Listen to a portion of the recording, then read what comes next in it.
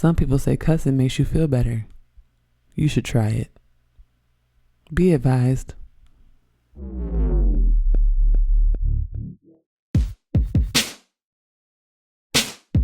Hey y'all, I'm Jenn. I'm from Oakland and I'm an androgynous, black, lesbian feminist and a lover of all black people. This is Daren.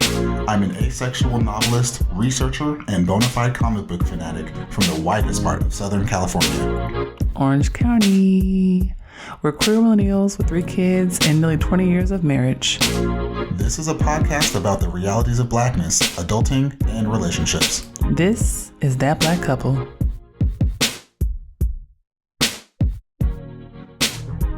Hello. Hello. Hi. Hi. This is so funny because they don't know that we just recorded this. Yeah, we did like 3-4 minutes of recording. And it just wasn't right. Yeah. So we had to redo it. This is all for y'all because we want the sound to be right. Right. But also in that 3 to 4 minutes, we also acknowledge that I got high because I was smoking next to you and that it's not a verb. Because you hotboxed me. Okay. Why are we I just said it's not a verb. You can't get hotboxed. Yes, you can. You cannot get hotboxed. You didn't get hotboxed. Hotboxing is a thing you do. Like you get in the car and you're hotboxing because you're smoking in the car. Yeah, but that involves consent. Oh, you're trying to say I forced you to sit next to me while I smoked? You did not ask for my consent. I was like, take the smoke.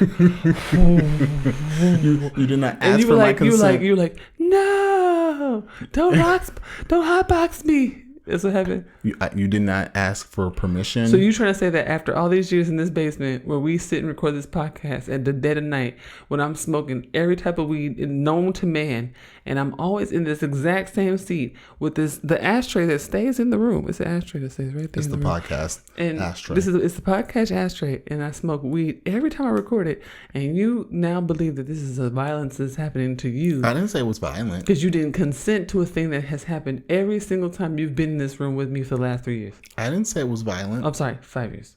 And there definitely have been times where I have consented. I'm gonna beat your ass. There are times where I have, partooken. You gonna have partooken. You gonna have people on this podcast thinking Daren didn't consent and Jenn hotboxed him and now he's high against his will. Y'all don't listen to these Taurus lies. He's giggling because he's petty.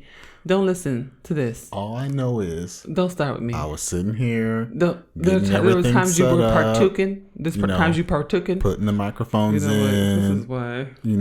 This is making sure the sound was right. Shut up. Go and to then sleep. You were smoking and the smoke within this enclosed room. Oh, no. Found its way. Oh, yeah. Into my airway. And what happened to you? And now... You're hotboxed. I'm hotboxed. You know what? Anyway, this, like I said, season 5, episode 6 of That Black Couple.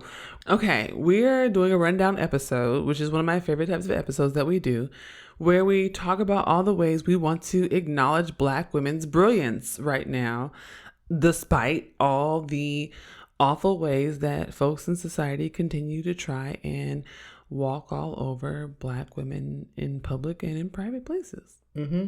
Yes. They be trying to undermine Black women. Constantly. It's a constant thing. And it's unwarranted. So that's what we're talking about today, acknowledging Black women's brilliance. Have a seat. This is That Black Couple. I'm Jenn. I'm Daren.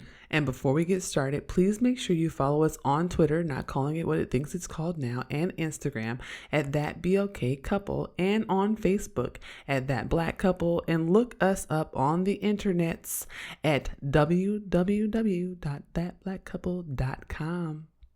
You can stream our episodes everywhere. That means everywhere. It means Apple Podcasts, Spotify, Google Podcasts, Amazon Music, Audible, Stitcher, SoundCloud, Pandora, all of them. Every time you say Pandora, I'm like, people really be on Pandora? It's still there. I don't understand that. Oh, it's still there. Why? I think Pandora is for those people who have like a desk job and they have to sit there all day and do like menial tasks. And they're like, oh my God, I don't like Spotify. It's too many buttons. Right. So they just say, you know what, Pandora? You tell me. You tell me what I like. That's amazing. I don't want to do those decisions. I don't want the computer telling me shit. It's too much Skynet for me. Way too much. But hey, whatever. So here's the thing. Y'all know the segments. We're going to start off with our first things first. Okay, let go. So we are acknowledging just how brilliant Black women are. Yes. And we came to this topic for this episode because ashy people. That's it. Ashy people like to act like Black women aren't great, and they like to trample on them, and they like to take away their agency and, just do ashy people shit. And one thing that recently happened in the news is Drake. I don't know how we want to refer to him, but I usually just refer to him with disdain. I never want to refer to him, honestly. That's a good call. He put out some new single. I think it's called Slime You Out. I haven't listened to it. I don't plan on listening to it. By the name of the title, I'm pretty sure my ears might bleed if I listen to it. But he put out a single called Slime You Out. He put a single cover out, which was Halle Berry covered in slime from one of those Nickelodeon things, because that's what they do to celebrities at Nickelodeon things. Of course. And there's this whole dust up on the internet because Halle Berry was upset. Of course. And people were like, it's videos from Getty Images. Why are you mad? I'm sure they paid the fee for the Getty Images. And she said, well, I'm mad because he asked me if he could use it. And I said no. And then he just went and used it anyway. It's rude. Wow. It's disrespectful. It's disrespectful. And this is Halle Berry. Halle Berry, who is a Hollywood elder at this point. This is somebody who paved the way so that other actresses could have roles that they have today. And even beyond that, like, if you ask her and she says no, out of baseline respect. Basic respect. That's it. Like, just respect. It doesn't matter who she is. She says, no, I would prefer that my image not be used.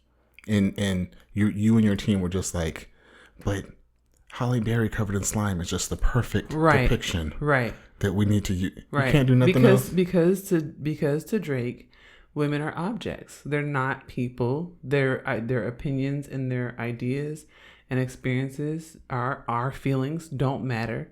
We are just the sum total of our parts, and we are for the exploitation, entertainment of men. There it is.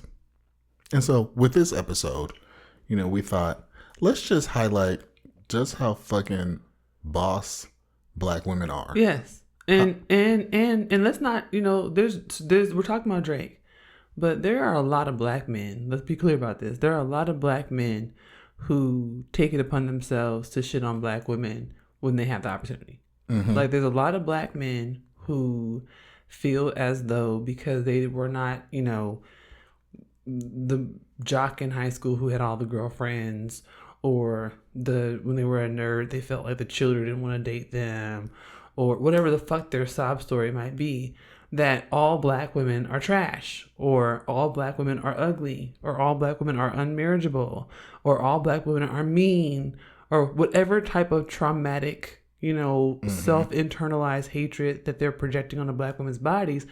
Like, we have to talk about that. And Black women are out here shining and being dope regardless. In spite of all of that. And unfortunately, we don't talk about that type of intraracial intimidation and misogynoir because it's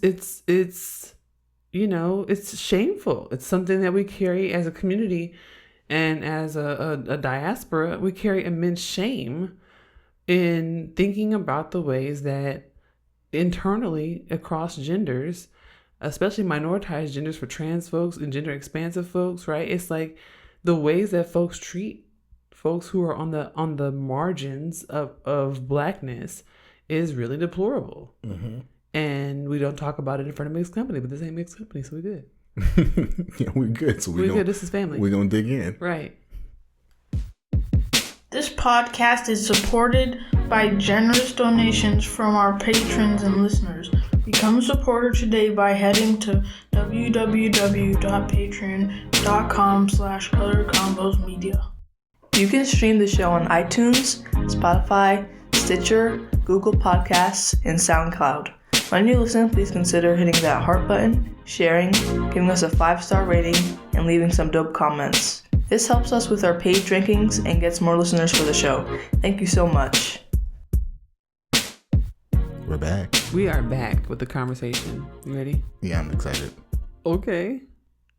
What's that about? Why are you so excited? Because we're going to talk about some boss-ass black We women. are going to talk about some boss-ass black women. We are. And we starting off with the one and only Beyonce. the queen of Virgos.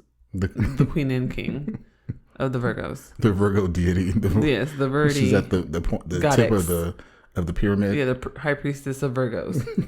Yes. And I mean, let's I be wish honest. Beyonce could act. Because she could play Storm. I'd be okay with it. I would not. I'd be fine with it. I would not be okay. If she could act. If she could give Angela Bassett, I would be so happy. I would be so happy if she could give Angela Bassett. If she could give Angela Bassett, but as perfect as Virgos are, I know they can't be that everything. perfect. We can't do everything. Right. Yeah. You got to have some things that you don't do well. And for Beyonce, it's acting. You're right. She She's does a everything else whole lot of brilliantly. woman. I'm sorry. Go ahead. Do what you're doing. Beyonce. I love her. I'm here to celebrate her. Yes, we're going to celebrate Beyonce because she's changing the fucking world, actually. She's always doing brilliant things. We know this. Yeah, she's changing the actual fabric of entertainment. But I just want to talk about this summer. Yes. The true, not just cultural impact. Yes. But economic impact that Beyonce had. Yes. And the projections are saying that she will have affected the world economy to the tune of about $2 billion. I read that she also made more than the Beijing Olympics. Yeah, I think she did more than the Beijing Olympics. She stimulated more for She actually caused inflation in Sweden. And she now has the highest grossing tour by a woman in history, outpacing Madonna, right? Yes. Something like that. Yep. And the thing is the reason she was able to do that is because there's just such a demand for her tour. Yeah. And so, number one, it's the ticket prices. Them tickets cost hella money. They cost rent. They're very expensive. Yeah, and people are paying it. 525,600 tickets. How do you measure our economy? Clearly, that is how you measure an economy. And Beyonce tickets. And not just Beyonce tickets, but also flights to go to the places where Beyonce is performing. Hotel stays. People from the U.S. flying to Germany. They fly all around the world. They staying in the hotels. Yeah. They spending the money. All over the country. People flying all Kansas City. I mean, there were places in the U.S. that were not seeing any foot traffic. That got all types of folks in there because Beyonce was in town. Because Beyonce showed up. Yeah. And that, I mean, the pull of something like that. Yeah. What I will say, I've felt a lot of different ways about Beyonce over the course of her career, and I'm somewhat really admiring the place she is in now. Yeah. Because she clearly don't give a fuck. Same, right. She's clearly like, I'm going to do what I want. Right. You're going to pay me. Right. You're going to appreciate it. Right. You might not award me. If you don't, I'm still going to do it. Whatever. Right. Everyone's still going to say I'm the best. Everyone knows that I'm the best. Right. Because I am the best. Right. I'm going to continue to prove it. And then I'm going to go on a world tour. Yeah. And it's going to be practice for my daughter to dance in front of stages. To hone her skills. And I'm going to have stars come on my tour who you couldn't get nowhere else. So Meg Thee Stallion is going to show up, and the other members of Destiny's Child, and Diana Ross will come out to sing me happy birthday real quick. And, this will be what will happen on the tour. You don't know who's going to show up. You never know. Because I'm Beyonce. And it's going to be a fashion statement, not just by her, changing up her costumes like the whole tour, but also for everyone coming to the show. You have a uniform. You come dressed a certain way, and there will be the most ridiculous graphics and stage projections and structures and horses coming out the back of the screens. And then on top of all of that, I'm going to start a challenge. Yes. Where I'm going to tell everyone to be quiet. Yes. And the whole fucking stadium going to be completely quiet. And then we're going to see who wins. Because I'm a Virgo. And then I'm going to release it in the movies, and we're going to do it all over again. And I'm going to let you pre-order tickets. Just like you did for the 3 months in advance. But they're expensive. For a movie. They're very expensive movie tickets. And you know what? Come dressed to that too. This woman. She said, Wakanda where? When she said, Wakanda she who? said, y'all are the visuals. And she wasn't playing. She said, I'm going to film y'all at the concert. And then you going to go watch yourself in the theater. Thank you for signing that release. She said, y'all are the visuals. I told y'all. I'm not releasing visuals because here y'all come. Y'all the visuals. Y'all the visuals. Y'all the visuals. And it's all, to me, it's like an homage. It's like she's homaging herself of like, I've worked so hard in my career. I've given y'all visuals on visuals on visuals on visuals. Right. I'm not doing it no more because I don't have to. I don't have to do it the way y'all want. Y'all not going to get it the way y'all want. And you know it's going to be brilliant. But what you do get, you're going to love it. Mm-hmm.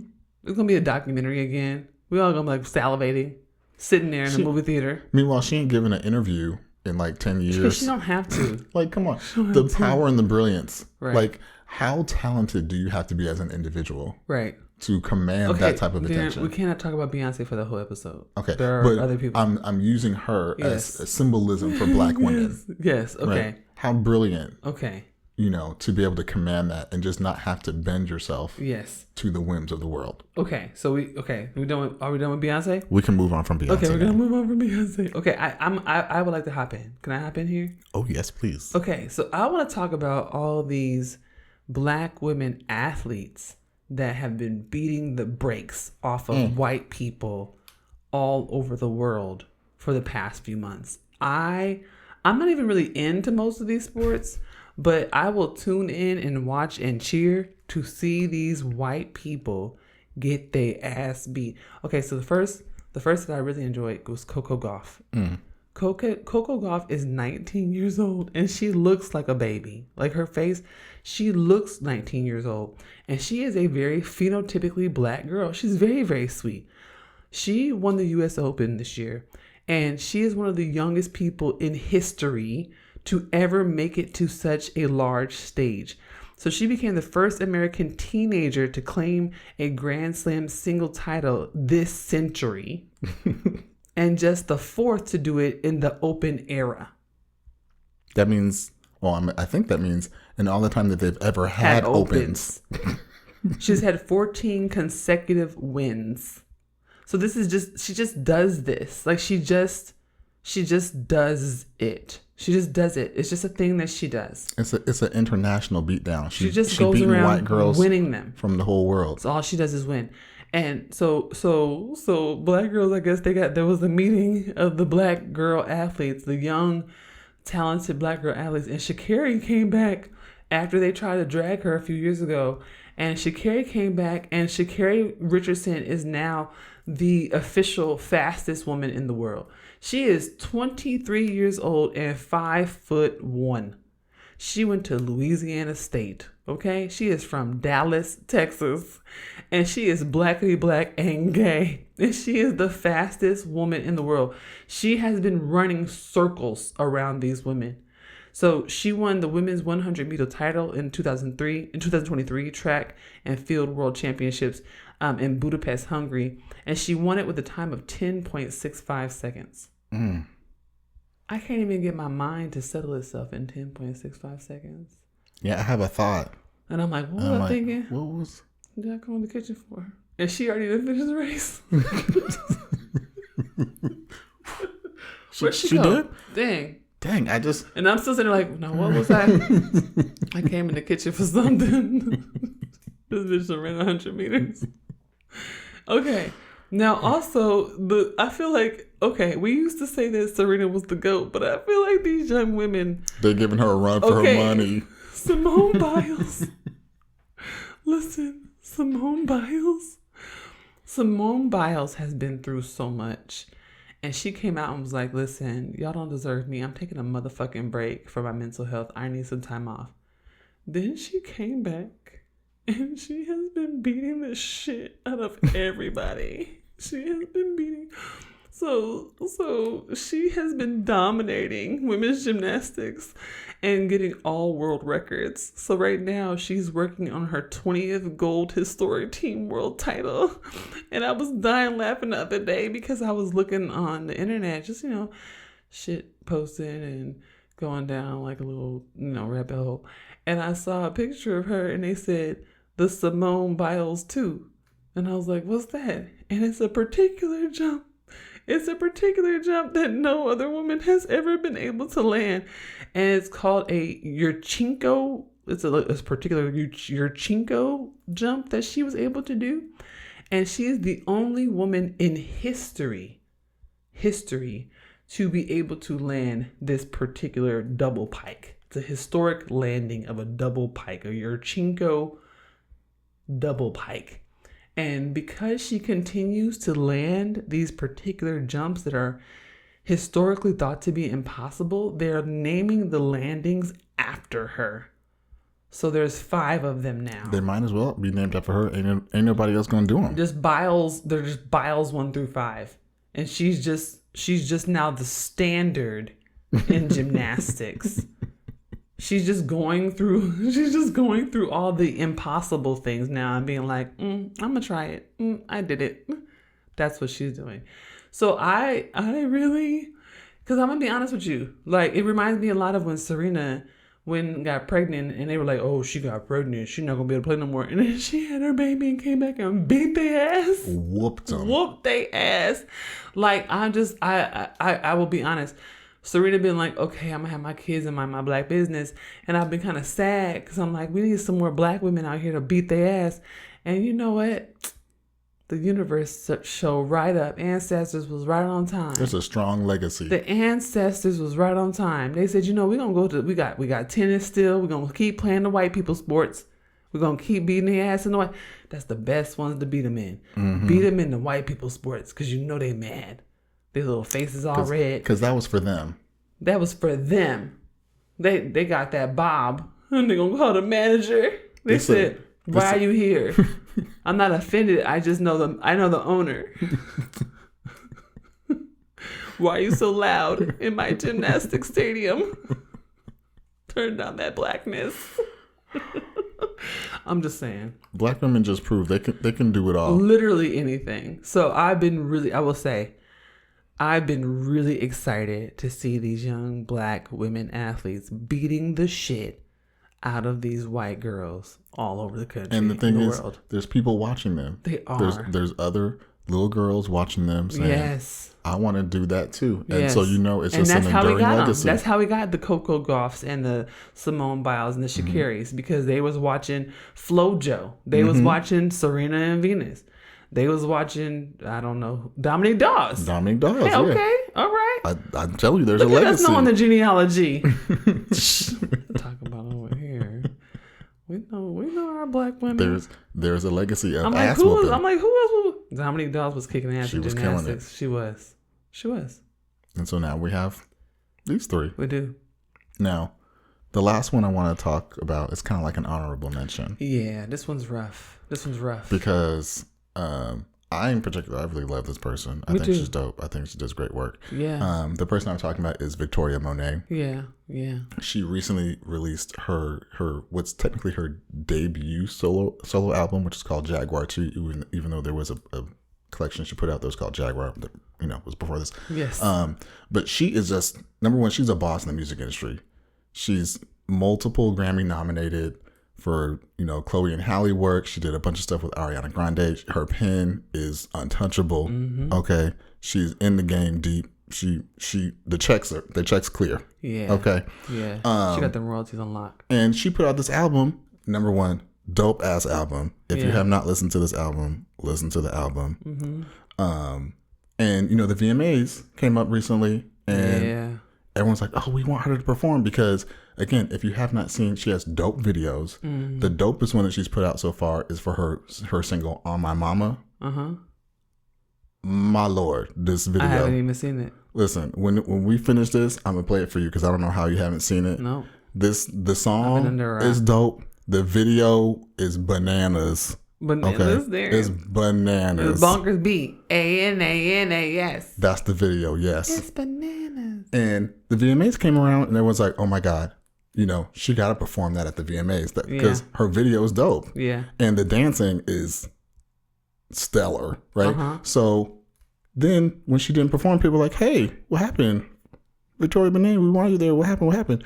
And she came out and said, well, the VMA said I'm too early on in my career. Girl, bye.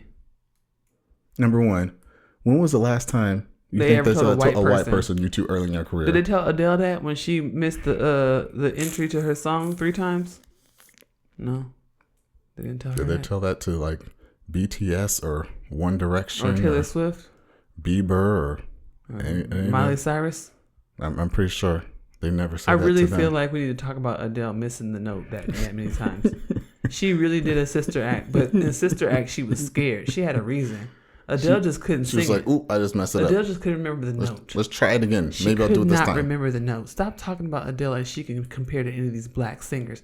Adele can't out sing Yebba. It's white singers that Adele still can't out sing. So she can't even come over here. She don't qualify. She don't qualify. She don't have the range, literally and figuratively. She can't come over here and sing up against none of the black singers when she can't even get out of her own weight class. Cause let her sing against Tori. If she sings against Tori Kelly, she's out already. She early elimination. Come on now, Tori Kelly ain't never missed her 1, 2, boom, and jump, and you sing. This is where you go. Here goes the song. You sing the song. You performed it 90 times, and sing the song. Adele. Oh, she missed it again, and come on in the song. Oh shit, she keeps sitting there. What are we doing? That's because the bar is different. Come on now. The bar is different. Come on now. And we know this for black people. Niggas the bar like, is much higher. Adele better than Beyonce. Kill yourself, bro. Bro, just end it. Just sew the lips shut. Just ain't no need for this no more. You don't care about nothing. Don't play these games. You don't care about anything. You don't care about nothing. Just let it go. Be done. I'm sorry. It's okay. I'm so sorry. The whole reason Victoria Monet. The whole reason I brought up Victoria Monet yes. was because she is so brilliant. And I feel like a lot of times we talk about, like Beyonce, changing the world economy, yes.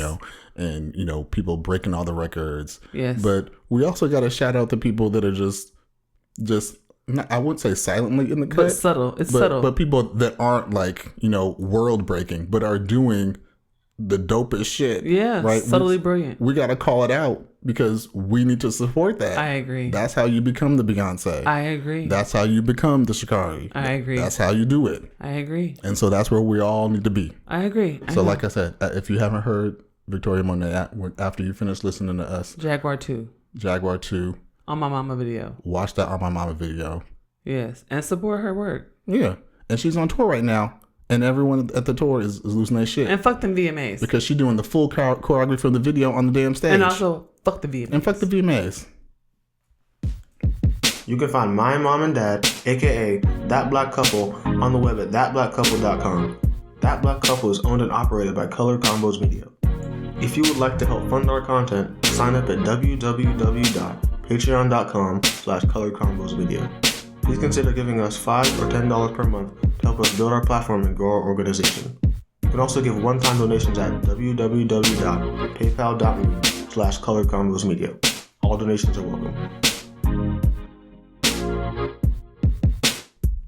And we're back. And we are back. Let's wrap it up. Let's wrap it up and let's reflect. Since you got hotboxed. Yeah. I think the hot box is coming down. Oh, okay. A little bit. Oh, that's boring. A smidge. Let me light it back up. See? You was trying to be all innocent at the beginning of the episode. Now you're inflicting the hot box on me again. Yeah, I'm blowing your face. Here, look. There it is. There you go. And the puppy in here too. She getting hot box too. You turned and looked at me though. You wanted that.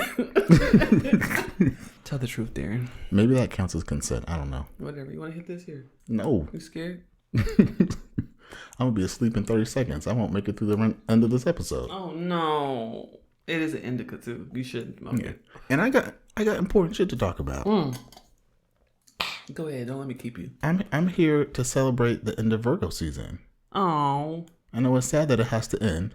Yeah, it is actually. But this is a time where we need to celebrate the greatness and the perfection. Yes. That is the Virgo. Well, it also was like a lot of retrograding was happening. So apparently this Virgo season was really Virgoing in people's lives. Like people was like, I need to Marie Kondo my mental health, So I mean, I don't know what that has to do with us acknowledging Black women's brilliance, unless you're just talking about it because it's me, because I'm a Virgo. You are a Virgo. Is that what we're talking about? We're talking about me? And you are brilliant. Oh, thank you. Oh, thank you. Well, then let's just end. You want to end with this announcement? Yeah, I just wanted to let the world know. Okay. I'm married to a Virgo. Oh, my God. That also makes me think about that show, because I'm a Virgo. Oh, my God. Which is very strange. I don't know why you're talking. Oh, because you're a little bit high now? I'm a little bit high. It just, my brain did that weird connection thing. Oh, my gosh. I hate that show. So you hotbox me. That's what you get. Wow. I don't know that I hate that show. I think I do hate it. The more I think about it, the more I hate it. Actually, I hate it. Yes, I hate it. I think the problem is he didn't seem like a Virgo in the show. There was nothing about him that gave Virgo, except that he kept saying, I'm a Virgo. And that's the most confusing part. Yeah, a Virgo would have acted much differently than he did in some situations. Quite a few situations. Quite a few situations. Especially, anyway. That's neither here nor there. That's neither here nor there. Yes, neither here nor there. But what I will say is, to wrap up this episode, I did release the cover of my book, Black Women Taught Us, on September 25th. Yay. Bell Hooks' birthday. The book is available for pre-order everywhere. If you go to penguinrandomhouse.com and look for Jenn Jackson and Black Women Taught Us, it is there. I would prefer if folks support their local bookstores, Black business owners, small business owners, women business owners, queer business owners. But, support the project. And yay, it's going to be out January 23rd, 2024. There you go. Yay. And if you don't know about the book, look it up. It's a brilliant, brilliant book. And it's telling us how Black women have already taught us so many brilliant, amazing things. Yeah. Giving Black women their shine, right? And so it's kind of like a double dose of brilliance here, because we have a brilliant book about brilliant Black women written by a brilliant Black woman. Okay. Yeah. I hotboxed you. You did. Yes. But I appreciate you, though. That doesn't mean it's not true. It's still true. But also, woo. Woo. Yes, y'all. Please support Black Women Taught Us, January 23rd, 2024. Thank y'all for listening. Before you go, make sure you follow us on Twitter and Instagram at ThatBLKCouple, on Facebook at ThatBlackCouple, and look us up on the internets at www.thatblackcouple.com. Bye.